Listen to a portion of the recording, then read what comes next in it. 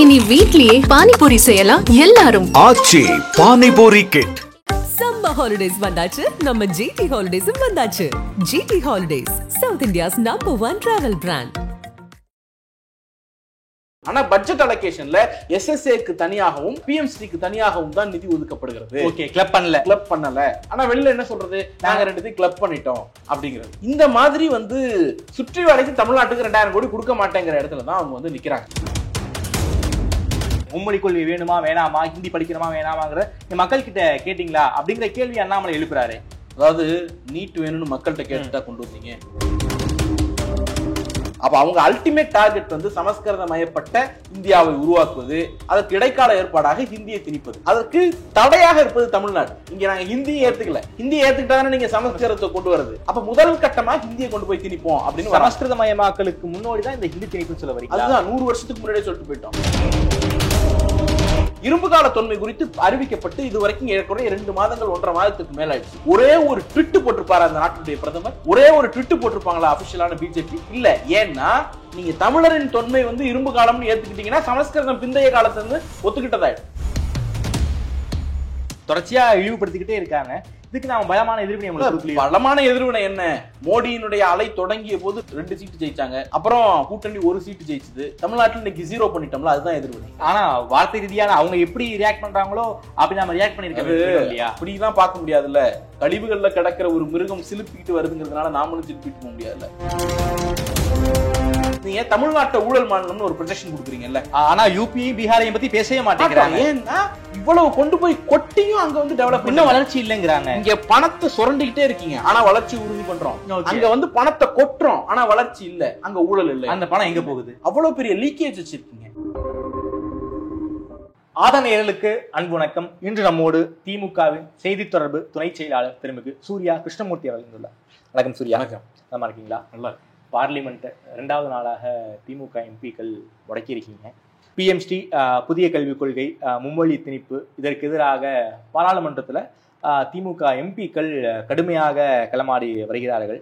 நேற்றைய டிபேட்டில் எம்பி தமிழச்சி தங்கபாண்டியன் அவர்கள் மும்மொழி கொள்கை அதே போல பிஎம்ஸ்டி பற்றி கேள்வி கேட்கும்போது ஒன்றிய கல்வி அமைச்சர் தர்மேந்திர பிரதான் அவர்கள் திமுக எம்பிக்களை பார்த்து நாகரீகமற்றவர்கள்ங்கிற வார்த்தையெல்லாம் யூஸ் பண்ணியிருக்காரு. அவர் சொன்ன அந்த அரை மணி நேரத்திற்குள்ளாக நான் சொன்ன வார்த்தையிலிருந்து நான் திரும்பி வாபஸ் வாங்கிக்கிறேங்கிற விஷயங்கள்லாம் பேசியிருக்காரு. அதுக்குள்ளே போகிறதுக்கு முன்னாடி தமிழ்நாடு மாணவர் இஷ்யூவை பொறுத்த வரைக்கும் திமுக நேர்மையா இல்லை, முறைப்படி செயல்படவில்லை, மொழியை வச்சு அரசியல் பண்ணுறாங்க போன்ற குற்றச்சாட்டுகளை எல்லாம் தொடர்ச்சியாக வைக்கிறாரு. இந்த பிஎம்சியை பொறுத்த வரைக்கும் திமுக இதை ஏற்றுக்கிட்டாங்க, நடுவில் யாரோ புகுந்து சூப்பர் சிஎம் புகுந்து இதை நாங்கள் பண்ண மாட்டோங்கிற ஸ்டண்ட்லாம் அடிச்சிருக்காங்கன்னு சொல்கிறாரு. தர்மேந்திர பிரதானுடைய பேச்சு நீங்க எப்படி பாக்குறீங்க? இல்ல, இதுவரைக்கும் கல்விக் கொள்கைகள் எதையுமே இந்திய அளவிலான தேசிய அளவிலான கல்விக் கொள்கைகளை தமிழ்நாடு ஏற்றுறது கிடையாது. அது நேரு காலமாக இருக்கட்டும், இந்திரா காந்தி காலமாக இருக்கட்டும், ராஜீவ்காந்தி காலமாக இருக்கட்டும், இப்போ மோடி கொண்டு வந்திருக்கக்கூடிய இந்த புதிய தேசிய கல்விக் கொள்கை 2026 எதையுமே நம்ம ஏற்றுக்கிறது கிடையாது. மோடி கொண்டு வந்தார் அப்படிங்கிறதுக்காக இதை நம்ம நிராகரிக்கல. அடிப்படையில் தேசிய அளவிலான ஒரு கல்வி திட்டம் அப்படிங்கிறதே தமிழ்நாட்டிற்கு எதிரானதாக இருக்கிறது அப்படிங்கிறது ஒரு 50-60 ஆண்டு கால பார்வை. இதை தமிழ்நாடு தொடர்ந்து நிராகரித்திருக்கிறது. ஓகே. ஆனால் இதுவரைக்கும் நீங்க ஒரு கல்விக் கொள்கையை நிராகரிச்சிட்டீங்க அப்படிங்கிறதுக்காக கல்விக்கான நிதி மொத்தமாக நிறுத்தப்படல.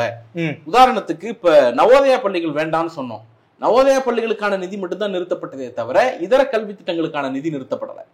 இன்னைக்கு பிஎம்ஸ்டி வேண்டாம் அப்படின்னு நம்ம சொன்னோம்னா பிஎம்ஸ்டிக்கான நிதியை மட்டும் நிறுத்தினாங்கன்னா அது நம்ம நெகோசியேட் பண்ணலாம், பேசலாம், அப்புறம் அது குறித்து நம்ம விவாதிக்கலாம். பிஎம்ஸ்டிக்கான நிதியை அவர்கள் அதை மட்டும் நிறுத்தல. ஓகே. இதர கல்வி திட்டமா இருக்கக்கூடிய எஸ்எஸ்ஏ மாதிரி ஒரு 25 ஆண்டுகளாக தமிழ்நாடு நிதி பெற்று கொண்டு வந்த ஒரு திட்டத்துக்கான நிதியையும் சேர்த்தே அவர்கள் நிறுத்துகிறார்கள். அந்த ஆபத்தான சூழல்ல நீங்க எஸ்எஸ்ஏக்கான ஃபண்டை ரிலீஸ் பண்ணுங்கன்னு கேட்கிறோம்.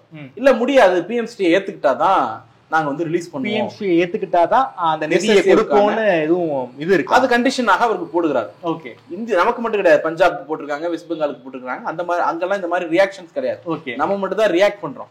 நீங்க தமிழ்நாட்டிற்கான கல்வி நிதியை பிஎம்ஸ்டி பள்ளிக்கூடங்களை ஏத்துக்கிட்டாதான் கொடுப்பேன்னு மிரட்டுறாங்க. ஓகே.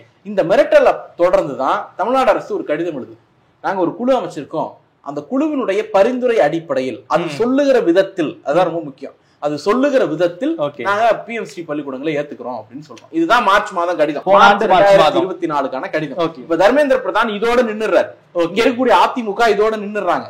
இதற்கு அடுத்து நடந்த சப்சிக்வெண்ட் கடித போக்குவரத்துகளை அவர்கள் பேசுவதில்லை. ஏன்னா அந்த கமிட்டி என்ன பரிந்துரை பண்ணுச்சு, பிஎம்ஸ்டியை ஏத்துக்கலாம், அதுல புதிய கல்விக் கொள்கையை அமல்படுத்தணுங்கிற கண்டிஷனை மட்டும் நம்ம எடுத்துருவோம் ஓகே அப்படிங்கிறாங்க.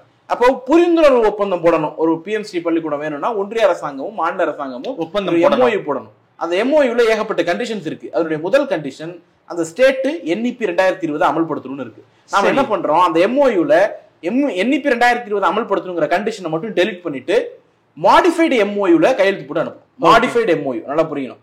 அந்த இதுக்கு இதை ஏத்துக்கிட்டீங்கன்னா நாங்க கையெழுத்து போடுறோங்கிறது கண்டிஷன். ஓகே இதை எப்ப அனுப்புறோம்னா ஜூலை மாதம் 2024 அனுப்புறோம். ஆகஸ்ட் மாதம் 30 2024 தர்மேந்திர பிரதான் தமிழ்நாடு முதலமைச்சருக்கு ஒரு கடிதம் எழுதுறாரு. அதுல என்ன சொல்றாருன்னா, இந்த மாதிரி NEP 2020 ஏத்துக்க மாட்டேன்னு சொல்லிட்டு நீங்க எம்ஓயுவை மாடிஃபை பண்ணி அனுப்பியிருக்கீங்க, அந்த எம்ஓயுவை மாடிஃபை பண்ற அதிகாரம் உங்களுக்கு கிடையாது அப்படின்றாரு. அதோட இந்த பிரச்சனை முடிஞ்சது. என்னன்னா மாடிஃபை பண்ற அதிகாரம் தமிழ்நாடு அரசுக்கு கிடையாது அப்படின்னு அவர் சொல்றாரு. எங்க லீகலா இல்லையா? இல்ல, ஆக்சுவலி இந்த பாலிசியை வந்து நீங்க ஏத்துக்கிட்டாதான் நிதி கொடுப்பேங்கிறதே லீகல் பைண்டிங் கிடையாது. ஓகே, அது பாலிசி தான், ஆக்ட் கிடையாது. ஆக்ட் கிடையாது.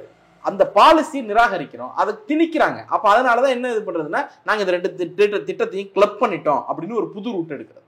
இந்த மாதிரி ஒரு வந்து எதையும் கிளப் பண்றாங்க. SSAவையும் நாங்க பிஎம்சியும் கிளப் பண்ணிட்டோம் அப்படின்னு சொல்றது. ஆனா பட்ஜெட் அலோகேஷன்ல SSAக்கு தனியாகவும் பிஎம்சிக்கு தனியாகவும் தான் நிதி ஒதுக்கப்படுகிறது. ஓகே, கிளப் பண்ணல. ஆனா வெளியில என்ன சொல்றது, நாங்க ரெண்டுத்தையும் கிளப் பண்ணிட்டோம் அப்படிங்கிறது. இந்த மாதிரி வந்து சுற்றி வளைத்து தமிழ்நாட்டுக்கு 2000 கோடி கொடுக்க மாட்டேங்கிற இடத்துல தான் அவங்க வந்து நிக்கிறாங்க. இப்ப நீங்க வந்து மார்ச் மாதம் எழுதின கடிதத்தை சொல்றீங்க, அந்த கடிதத்திலேயே குழு அமைக்கப்படும்னு ஒரு வார்த்தை இருக்கு. ஏற்றுக்கிறோம்னு இல்ல, அந்த குழுவின் பரிந்துரை அடிப்படையில் ஏத்துக்கிறோங்கிறது தான். ஜூலை மாதம் மாடிஃபை பண்ணி எம்ஓயு அனுப்புறோம். ஆகஸ்ட் மாசம் நீங்க முடியாதுட்டீங்க, நாங்களும் முடியாதுட்டோம், அதோட முடிஞ்சு போச்சு. இது என்ன பிரச்சனைனா, இந்த நாட்டில் ஒன்றிய அரசு அனுப்பிய மோடி அனுப்பிய ஒரு புரிந்துணர்வு ஒப்பந்தத்தை திருத்தக்கூடிய துணிவு எந்த முதலமைச்சருக்கும் கிடையாது. ஒரே ஒரு முதலமைச்சருக்கு மட்டும்தான் இருந்துச்சு, தமிழ்நாட்டுடைய முதலமைச்சருக்கு மட்டும்தான். அதனாலதான் அவர் சூப்பர் சிஎம்னு சொல்றோம். எங்களால் கண்டடைய முடியாத ஒரு வார்த்தையை தர்மேந்திர பிரதானே கொடுத்தாரு அப்படின்னு நாங்க சந்தோஷம். தர்மேந்திர பிரதானுக்கு நன்றி சொல்றீங்களா என்ன சூப்பர் சிஎம் வார்த்தைக்காக? நீங்க மோடியினுடைய எம்ஓயு யாருமே திருத்தல, அந்த துணிச்சல் எங்க முதலமைச்சருக்கு மட்டும்தானே இருந்துச்சு. இல்ல நீ திருத்தினதை ஏத்துக்கிட்டேன்னா ஓகே, இல்லன்னா எங்களால ஏத்துக்க முடியாது, இந்த பாலிசி நாங்க நிராகரிக்கிறோங்கிறது உறுதியா இன்னைக்கு வரைக்கும் நாங்க மட்டும் தானே இருக்கோம். அண்ணாமலை என்ன கேட்கிறாருன்னா, மக்களுடைய எண்ணங்களுக்கு மதிப்பளித்து அதன்படியில செயல்படுறோம்னு திமுக சொல்றீங்க, ஆனா வந்து மக்கள் கிட்ட நீங்க என்ன கேட்டீங்களா அப்படிங்கிற கேள்வி எல்லாம் அண்ணாமலை கேட்டிருக்காரு. மும்மொழி கொள்கை வேணுமா வேணாமா, ஹிந்தி படிக்கணுமா வேணாமாங்கிற மக்கள் கிட்ட கேட்டீங்களா அப்படிங்கிற கேள்வி அண்ணாமலை எழுப்புறாரு. அதாவது நீட் வேணும்னு மக்கள்கிட்ட கேட்டுட்டா கொண்டு வந்தீங்க, நீட் வேணுங்கிறது உங்க பாலிசி, சரி, நீட் வேண்டாங்கிறது எங்க பாலிசி. ஒவ்வொரு விஷயத்திற்கும் மக்கள்கிட்ட போய் ரெஃபரண்டம் எடுக்கிறதுக்கான ஒரு அமைப்பு இந்தியாவில கிடையாது. அப்படின்னா ஒரு கட்சியினுடைய கொள்கையை மக்கள் ஏத்துக்கிறாங்க அப்படின்னு அர்த்தம். திமுக நீட் வேண்டாங்குது, திமுகவைத்தான் மக்கள் ஏத்துக்கிட்டாங்க. நீட் வேணும்னு சொல்லக்கூடிய பாஜகவை ஏத்துக்கல. அப்ப மக்கள் எதுக்கு வாக்களிச்சிருக்காங்க, நீட்டுக்கு எதிராக வாக்களிச்சிருக்காங்க. ஒத்துக்கிட்டு நீங்க என்ன பண்ணிருக்கணும், நீட்டை ஒழிச்சு கட்டிருக்கணும். ஆனா செத்தாலும் நீட்டை ஒழிச்சு கட்ட மாட்டேன்னு திமிர்த்தனமா பேசுறீங்கல்ல, இது ஒண்ணு. மக்கள் இருமொழி கொள்கைக்கு ஆதரவாக இருக்கிறார்கள்ங்கிறதுக்கு கிளியரான இண்டிகேஷன் என்ன, இன்னைக்கு 80% 85% வாக்கு திராவிட முன்னேற்ற கழகத்துக்கு, அண்ணா திராவிட முன்னேற்ற கழகத்துக்கு தான் இருக்கு அப்படிங்கிற சூழல் இருக்குல்ல தமிழ்நாட்டுல.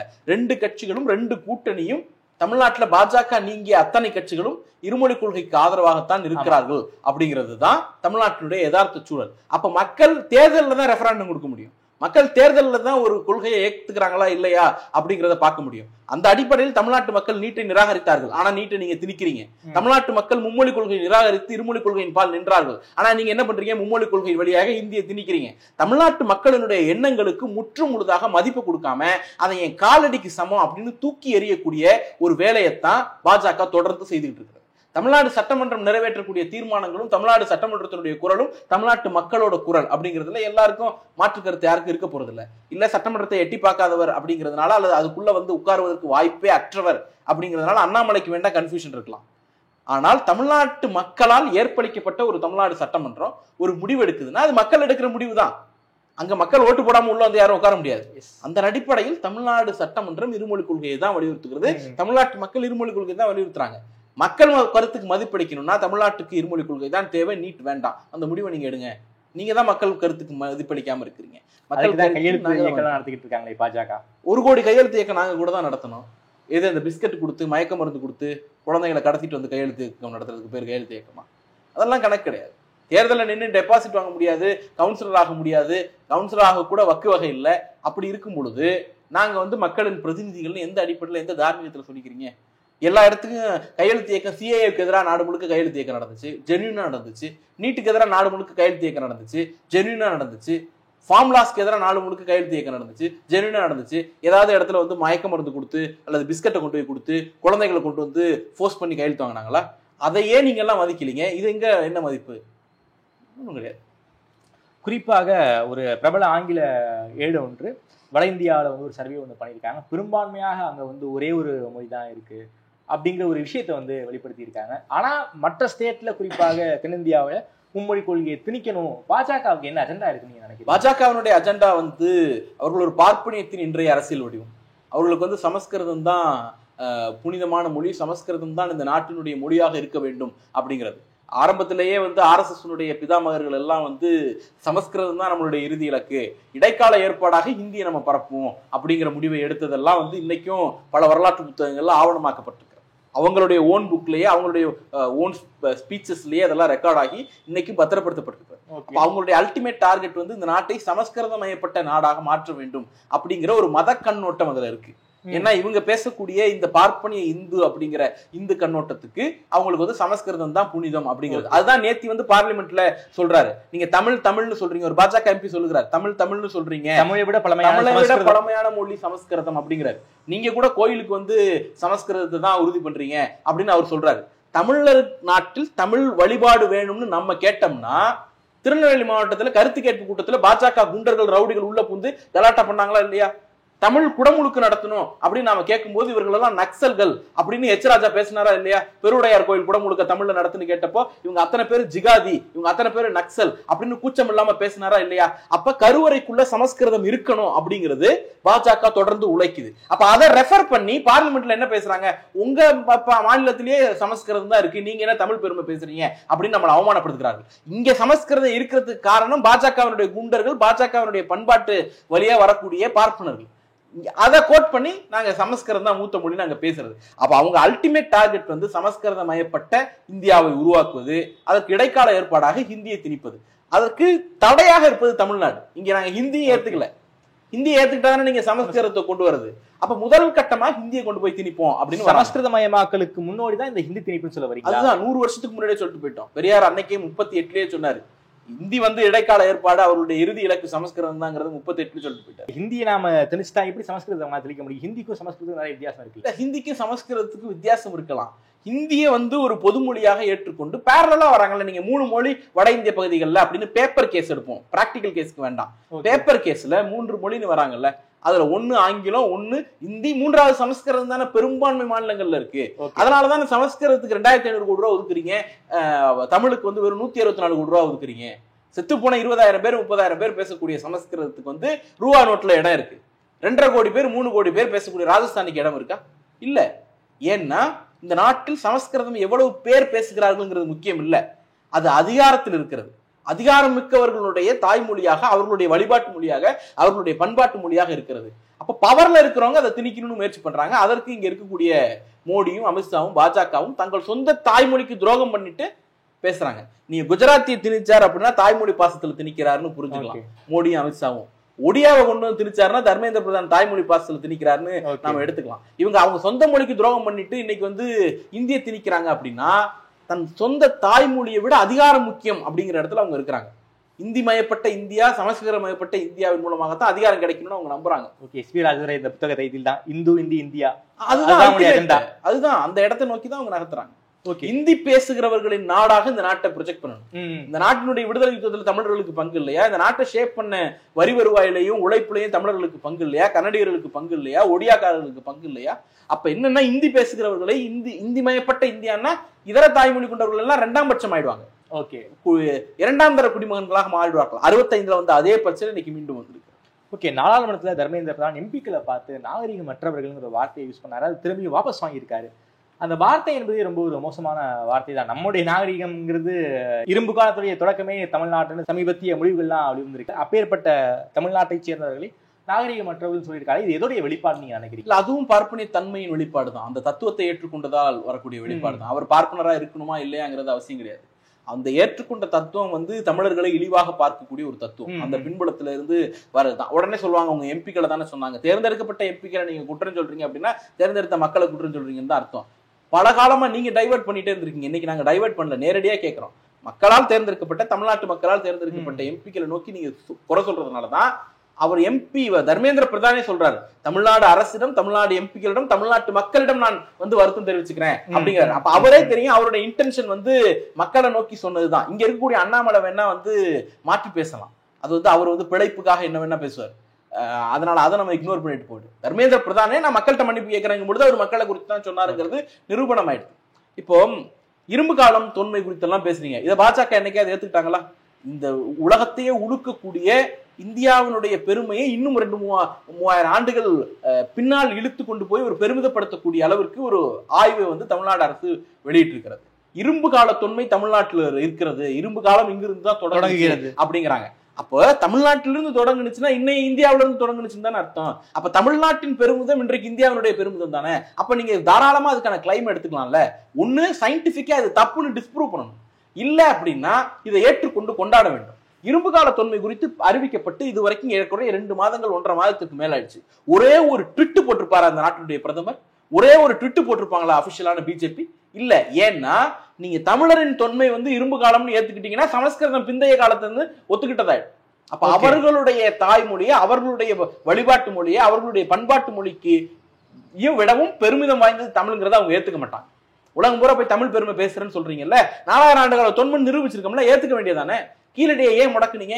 கீழடியினுடைய ஆய்வுகளை அவர் ஆய்வு பண்ணிட்டு இருந்தவர் கொண்டு போய் மத்திய அரசு பணிக்கு எதுக்காக எடுத்துட்டு போனீங்க? இன்னைக்கு வரைக்கும் ரிப்போர்ட் வரல. ஏன் நிறுத்தி வச்சிருக்கிறீங்க?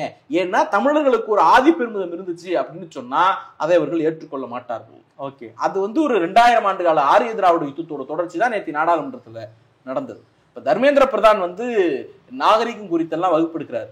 இன்னைக்கு தமிழ்நாட்டுல ஒவ்வொரு குக்கிராமத்திலையும் இந்திக்காரர்கள் இருக்கிறார்.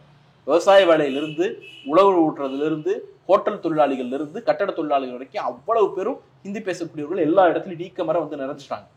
ஏதாவது ஒரு தாக்குதல் அவங்க மொழியின் காரணமாக தமிழ்நாட்டில இருந்து நடத்தப்பட்டதா? இல்ல நாம வந்து அவங்க அண்ணன் தம்பின்னு சொன்னா புரியாதுங்கிறதுக்காக பையான்னு சொல்றான்.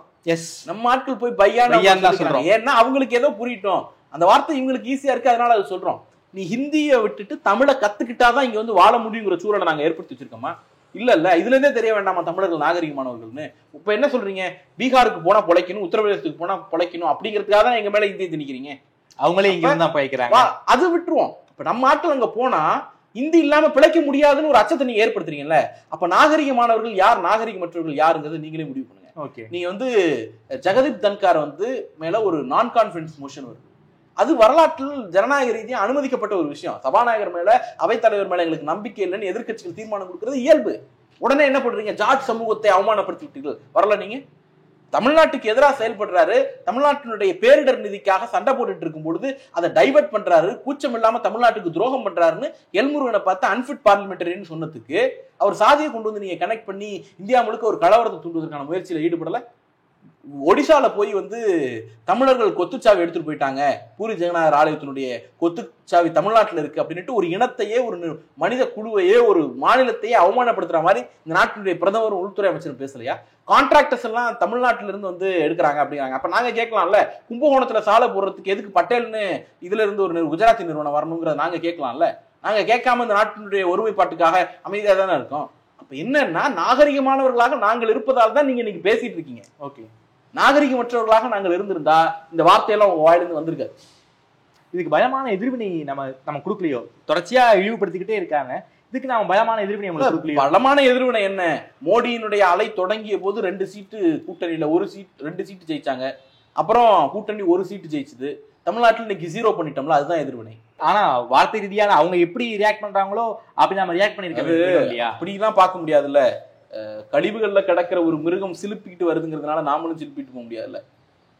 அது அப்படிதான் பார்க்க வேண்டியிருக்கிறது. ஓகே, அவர்களுடைய தரம் அவ்வளவுதான், அவர்களுடைய தராதரம் அவ்வளவுதான். அதுக்காக நம்மளும் வந்து எல்லாத்தையும் இது பண்ணிட்டு நியூடா தெரியணும்னு அவசியம் இல்லை. அது அந்த 2000 வருட அந்த யுத்தம், அந்த ஆரிய திராவிட யுத்தத்தின் நீட்சி தான் இப்போ வரைக்கும் நடந்துகிட்டு இருக்குன்னு நினைக்கிறீங்க? பார்லிமெண்ட்ல அதுதான் ரிஃப்ளெக்ட் ஆகுது. நீங்க அவரு வெறும் சமஸ்கிருத மூத்த மொழிங்கிற சொல்லியிருந்தா பரவாயில்ல, நீங்க தமிழை விட மூத்த மொழிங்கிறார். ஏன் மத்தமான சொல்ல வேண்டியதானே, கன்னடம்னு சொல்ல வேண்டியதானே, மலையாளத்தை விட மூத்த மொழின்னு சொல்ல வேண்டியதானே, இல்ல வந்து ஒடியா விட மூத்த மொழின்னு சொல்ல வேண்டியதானே. அவங்களுக்கே தெரியும் சமஸ்கிருத நாகரிகம்னு ஒண்ணு நீங்க கொண்டு வந்தீங்கன்னா அதுக்கு எதிராக தமிழ் நாகரிகத்தை மட்டும் தான் நிறுத்த முடியும் அப்படிங்கிறது அவங்களுக்கு நல்லா தெரியும். அதனாலதான் நம்மளை டார்கெட் பண்ணி அடிக்கிறது.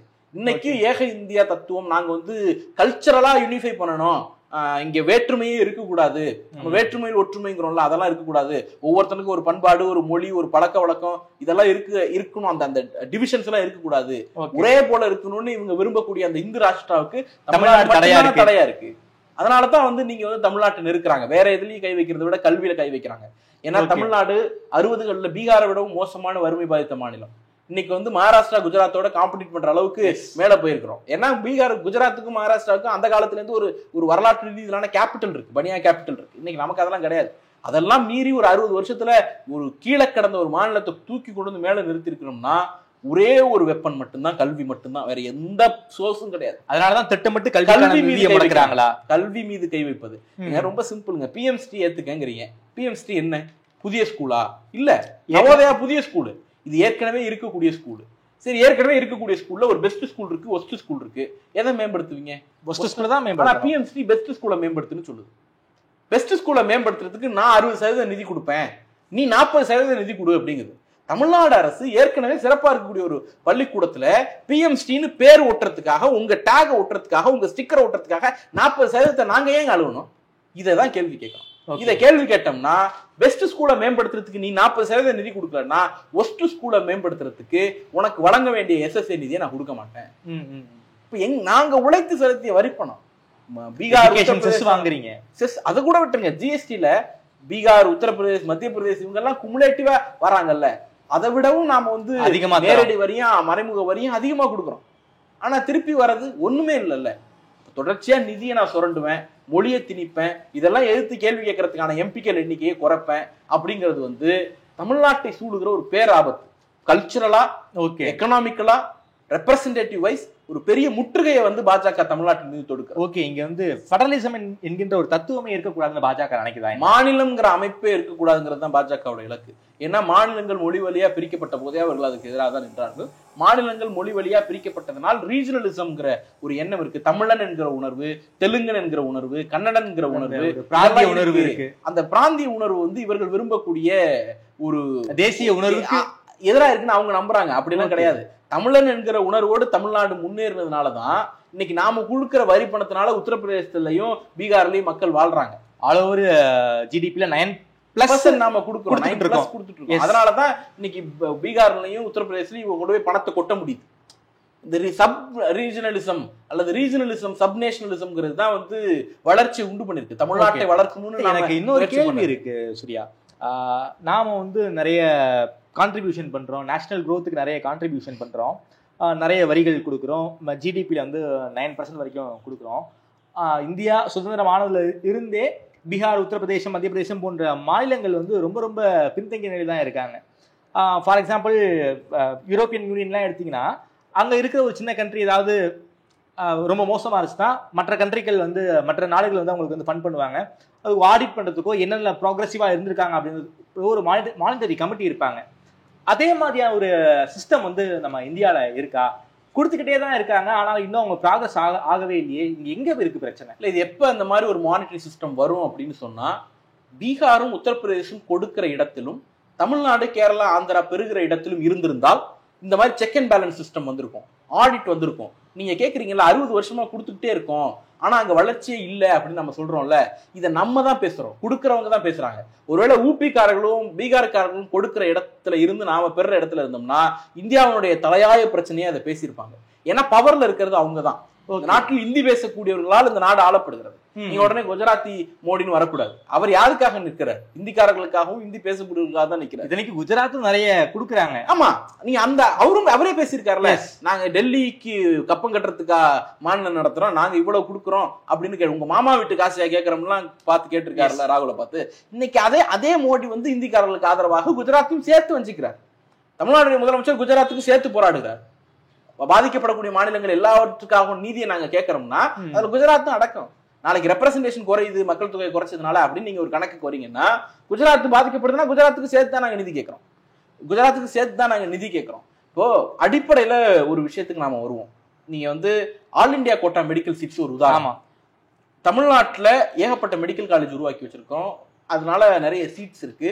அதுல குறிப்பா வந்து பிஜி சீட்ஸ் அதிகம், சூப்பர் ஸ்பெஷாலிட்டி சீட்ஸ் இந்தியா முழுக்க இருக்கிறத விட தமிழ்நாட்டில் அதிகம் அளவுக்கு நாம வந்து ஒரு காலகட்டத்தில் அவ்வளோ ஃப்ளரிஷ்டா இருந்தோம். இப்போ அது என்ன பிரச்சனை வருதுன்னா, வடகிழக்கு மாநிலங்கள்ல மெடிக்கல் சீட்ஸ் இல்லை. அதனால இந்த எல்லா மாநிலமும் தங்களுடைய இடங்கள்ல இருந்து ஆல் இண்டியா கோட்டாக்கு சீட்டு கொடுக்கணும்னு ஒரு ஜட்மெண்ட் வந்துச்சு. ஓகே, 80களில் எம்ஜிஆர் பீரியட்ல. அதனாலதான் முதல்ல 15% யூஜிலையும் 25% நினைக்கிற பிஜிலையும் கொடுத்தோம். அப்புறம் இந்த பிஜில இப்ப 50% ஆகிருக்கு. சூப்பர் ஸ்பெஷாலிட்டி 100% ஆகிட்டோம். சூப்பர் ஸ்பெஷாலிட்டில ரீஜனல் கோட்டான்னு ஒண்ணு கிடையாது. தமிழ்நாடு சீட் இருக்கும், 100% ஆல் இண்டியா கோட்டா தான். நம்ம ஃபில் பண்ண முடியாது. சீட்டை உருவாக்குனது நம்ம. சூப்பர் ஸ்பெஷாலிட்டினா ஒரு பெரிய ஹாஸ்பிட்டலுக்கே ஒரு சீட் 2 சீட் தான் இருக்கும். ஓகே, அந்த அளவுக்கு டெக்னிக்கலி ரொம்ப செலவு பெறக்கூடிய ஒரு டிபார்ட்மெண்ட் இருக்கைகள். அதுல இன்னைக்கு நமக்கு ரோலே இல்ல. செலவெல்லாம் நம்மளுது, உருவாக்குனது நாம செலவெல்லாம் நம்மளுது இன்னைக்கும். ஆனா வந்து அதனுடைய அட்மிஷன் வந்து ஆல் இண்டியா கோட்டா இன்னைக்கு நீட்ங்கிற பேர்ல 100% போயிடுச்சு. அதாவது சுப்ரீம் கோர்ட்டோட ஜட்மெண்ட் மூலமா எடுத்துட்டு போயிட்டாங்க. நாம என்ன கேட்கிறோம், இந்த ஆல் இண்டியா கோட்டா உருவாக்குனதுடைய நோக்கம் வடகிழக்கு மாநிலங்கள்ல இடம் இல்லைங்கிறது தானே. இந்த 50 வருஷம் 80ல இருந்து இன்னைக்கு 25-45 வருஷம் ஆச்சு. இந்த 45 வருஷத்துல வடகிழக்கு மாநிலங்கள்ல என்ன கொண்டு வந்தீங்க? எத்தனை மெடிக்கல் சீட்ஸ் இன்க்ரீஸ் பண்ணிருக்கீங்க? இன்னைக்கும் நாங்க கொடுத்துக்கிட்டே இருக்கணும். அவர்கள் வடகிழக்கு மாநிலங்கள் பெயர்ல வாங்கி வடகிழக்கு மாநிலங்கள் கொடுக்கல. இவங்க இந்தி பேசக்கூடிய மாநிலங்களுக்கு தான் கொண்டு போய் கொடுத்தாங்க. வடகிழக்கு மாநிலங்களை நீங்க அவ்வளவு டாக்டர்ஸ் உருவாக்கிட்டாங்களா என்ன? நீங்க என்ன நியாயம் சொன்னீங்க? வடகிழக்கு மாநிலங்கள் பாதிக்கப்படுது, நீங்க சீட்டு கொடுங்க. நீங்க அந்த மாநில மக்கள் பலன் அடைஞ்சாங்களா என்ன? இல்ல. அவர்கள் பெயரை சொல்லி இவர்கள் அதிகாரம் மிக்கவர்களை அந்த இடத்துல கொண்டு வந்து உட்கார வச்சாங்க. அதுதான் நடந்துச்சு. பணமும் அதுதான். நீங்க தமிழ்நாட்டை ஊழல் மாநிலம்னு ஒரு ப்ரொஜெக்ஷன் கொடுக்குறீங்கல்ல, ஆனா யூபியும் பீகாரையும் பத்தி பேசவே மாட்டேங்கிறாங்க. ஏன்னா இவ்வளவு கொண்டு போய் கொட்டியும் அங்க வந்து டெவலப் இன்னும் வளர்ச்சி இல்லைங்கிறாங்க. இங்க பணத்தை சுரண்டிக்கிட்டே இருக்கீங்க, ஆனா வளர்ச்சி உறுதி பண்றோம் கேட்டா ஊழல்னு சொல்றீங்க. அங்க வந்து பணத்தை கொட்டுறோம், ஆனா வளர்ச்சி இல்ல, அங்க ஊழல் இல்லை. அந்த பணம் எங்க போகுது? அவ்வளவு பெரிய லீக்கேஜ் வச்சிருக்கீங்க. அந்த லீக்கேஜை வந்து அடைக்கிறதுக்கோ அது குறித்து பேசுவதற்கோ அது குறித்து திறந்த உரையாடலுக்கோ கூட நீங்க தயாரா இல்லை. நீங்க சின்ன உதாரணம், தமிழ்நாடு கேபினெட்டுக்கான செலவுன்னு ஒன்று இருக்குல்ல, எக்ஸ்பெண்டிச்சர். அந்த எக்ஸ்பெண்டிச்சரையும் உத்தரப்பிரதேச கேபினெட்டுக்கான எக்ஸ்பெண்டிச்சரையும் கம்பேர் பண்ணீங்கன்னா இதை விட 40 மடங்கு 50 மடங்கு அதிகம் செலவு பண்றாங்க கேபினெட் எக்ஸ்பெண்டிச்சர். நீங்க இன்னும் புள்ளி விவரங்கள் இருக்கு. ஏன் அப்படின்னா அந்த அளவிற்கு நீங்க அவ்வளவு சலுகைகள் கொடுக்குறீங்க. அப்ப யார் அதை அனுபவிக்கிறாங்கிறது இருக்குல்ல, அதிகாரத்துல இருப்பவர்களுக்கான அங்க இருக்கக்கூடிய ஒரு பட்டியலினத்தவரோ பழங்குடியினரோ பிற்படுத்தப்பட்ட சமூக மக்களோ கல்விக்காகவோ வேலை வாய்ப்புக்காகவோ இதை நீ செலவு பண்ணியிருந்தேன்னா அவங்க எல்லாம் மேல வந்திருப்பாங்க. இன்னைக்கு நீ கொடுக்குற இடத்துக்கு வந்திருப்ப. கேபினெட் எக்ஸ்பெண்டிச்சர் மட்டும் நம்மளை விட 40 பங்கு 50 பங்கு அதிகம். வெறும் 2 கேபினெட் எக்ஸ்பெண்டிச்சர் கம்பேர் பண்ணோம்னா நாம கல்விக்கு செலவு பண்றோம் 2000 கோடி கொடுக்க மாட்டேங்கிறாங்க, 2500 கோடி கொடுக்க மாட்டேங்கிறாங்க. அங்க கும்பமேளா கொண்டு போய் 2500 கோடி கொடுக்குறோம். ஆனா அவர் இந்த படகு ஓட்டி இவ்வளவு சம்பாதிச்சாங்க, அவங்களும் இவ்வளவு சம்பாதிச்சாங்கன்னு இன்னைக்கு யூபியில வந்து ஒரு கணக்கு சொல்றாரு யோகி ஆதித்யநாத்.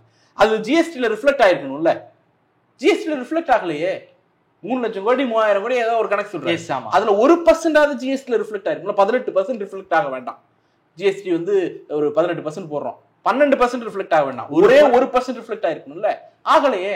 அப்ப 2 விஷயம். ஒண்ணு, இவர் சொல்லக்கூடிய அந்த 1000 கோடி 10,000 கோடி லட்சம் கோடிங்கிற கணக்கு போய் இல்லன்னா அவன் பூரா பிளாக்ல வந்து பில்லு போடாம விற்பனை பண்றாங்கன்னு நாம புரிஞ்சுக்க வேண்டியதா? ஓகே, அதை வந்து அந்த அரசு அனுமதிக்குது நாம புரிஞ்சுக்க வேண்டியதா?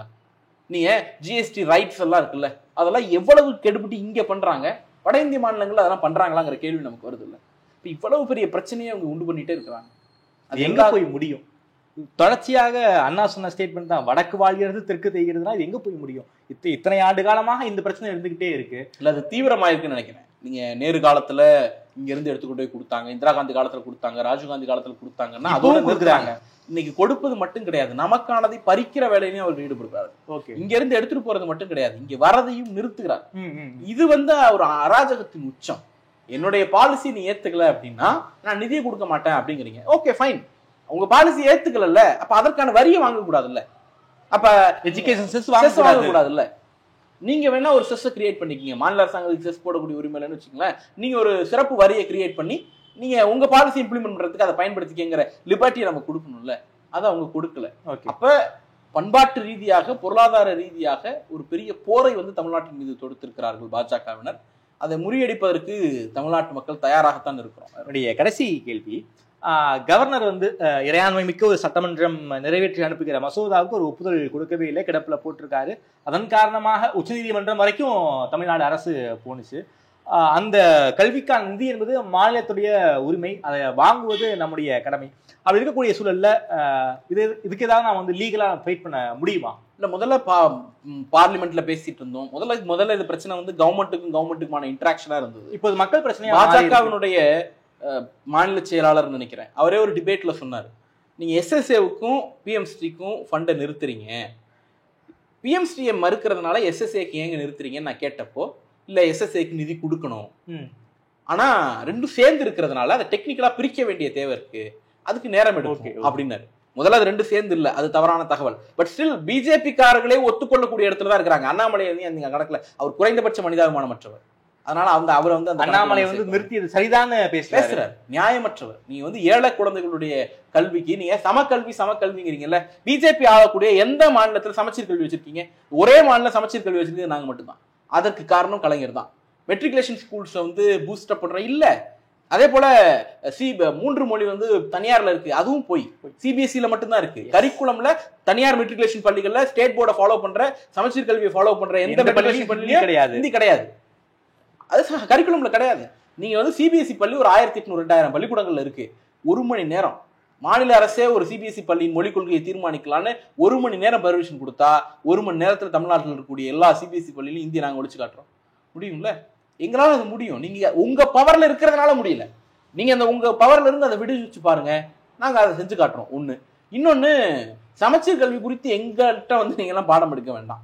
இந்தியா முழுக்க சமச்சீர் கல்வியை நிலைநாட்ட முடியுமான்னு பாருங்க. ஏன்னா நாங்க ஏற்கனவே சமச்சீர் கல்வியை உறுதி செய்து வைத்திருக்கிறோம். 3வது முக்கியமான விஷயம், அவர்கள் வந்து தனியார் பள்ளிகளுக்கான டாமினன்ஸை பத்தி பேசுறாங்க. 10 ஆண்டுகளில் உத்தரப்பிரதேசத்தில் 25,000 அரசு பள்ளிகளை மூடிட்டு 25,000 தனியார் பள்ளிகளை திறந்திருக்கிறாங்க. 10 வருஷம் 2014 to 24 10 ஆண்டுகள்ல 25,000 கவர்மெண்ட் ஸ்கூல்ஸ் க்ளோஸ்டு.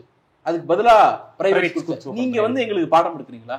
அப்போ வந்து ஒரு விஷயத்தை பேசுறதுக்கு முன்பு தாங்கள் ஒரு மாடலை ஃபாலோ பண்றோம்ல, அது குஜராத் மாடலா இருக்கட்டும், ஊபி மாடலா இருக்கட்டும், மகாராஷ்டிரா மாடலா இருக்கட்டும், அதுலலாம் என்ன நடந்திருக்குங்கிறத பார்க்கணும். பார்த்துட்டு வந்து எங்கள்கிட்ட பேசணும். பிஜேபி மாடல் தனியார் பள்ளிக்கூடங்களுக்காக அரசு பள்ளிக்கூடங்களை மூடியது. தனியார் பள்ளிக்கூடங்களுக்கும் அரசு பள்ளிக்கூடங்களுக்கும் சமமான கல்வி இருக்கக்கூடாது என்பதை இன்றைக்கு வரைக்கும் ஃபாலோ பண்ணிட்டு இருக்கு. சிபிஎஸ்இ மூலமாக 3 மொழியை திணிக்குது. அதுல தமிழுக்கு இடமே இல்லாத அளவிற்கு கேவி பள்ளிகள்ல வைத்திருக்கிறது.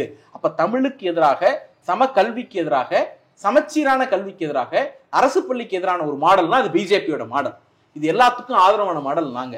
அப்ப சமக்கல்வி இயக்கம்னு கையெழுத்து வாங்குறதுக்கு முன்னாடி கண்ணாடியை பார்த்து சமக்கல்வியை நீங்க நடைமுறைப்படுத்திருக்கீங்களான்னு கேளுங்க.